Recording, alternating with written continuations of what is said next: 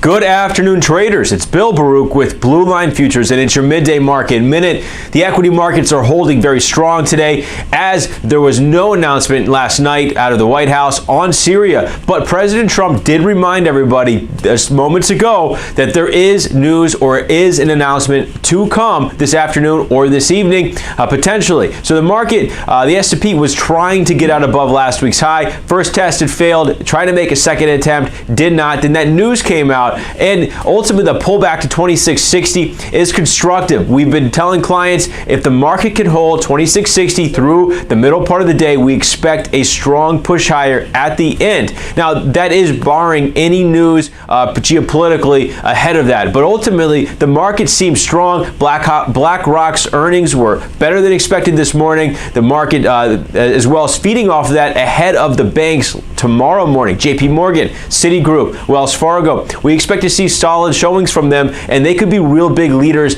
on tomorrow's session. Again, barring any news from geopolitics. Major four-star resistance, a rare level we use, is at 2679, but a move out above there would encourage another 1% up towards that 100-day moving average and the psychological 2700 mark. Remember, that was the scene of the crime back in February.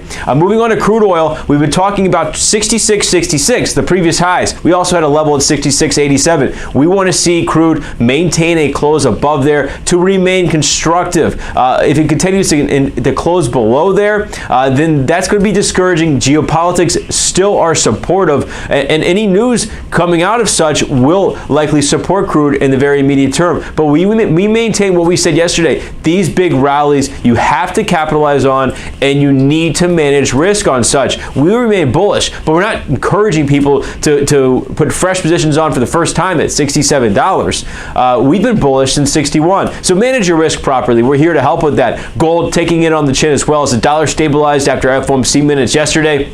Despite some weaker data from the U.S. side today, there was even weaker data out of Europe, and the dollar is about 0.5% off yesterday's low. The de-escalation with geopolitics is also weighing on gold, but we want to see it be constructive in the high 30s to low 40s today. That would be nice. Maybe it can make a secondary push here ahead of the weekend. We remain long-term bullish gold. Same thing there. We told you must capitalize against major three-star resistance yesterday. 1367, 1370. We hit that one on the nose, but now we're falling back. There's going to be some opportunities around the corner here, we believe. Give us a call. We're here to talk about all of this. 312-278-0500. Email us, info@bluelinefutures.com. Remember to sign up for a free trial of our research on our website. And remember, futures trading involves substantial risk of loss and is not suitable for all investors. Thank you.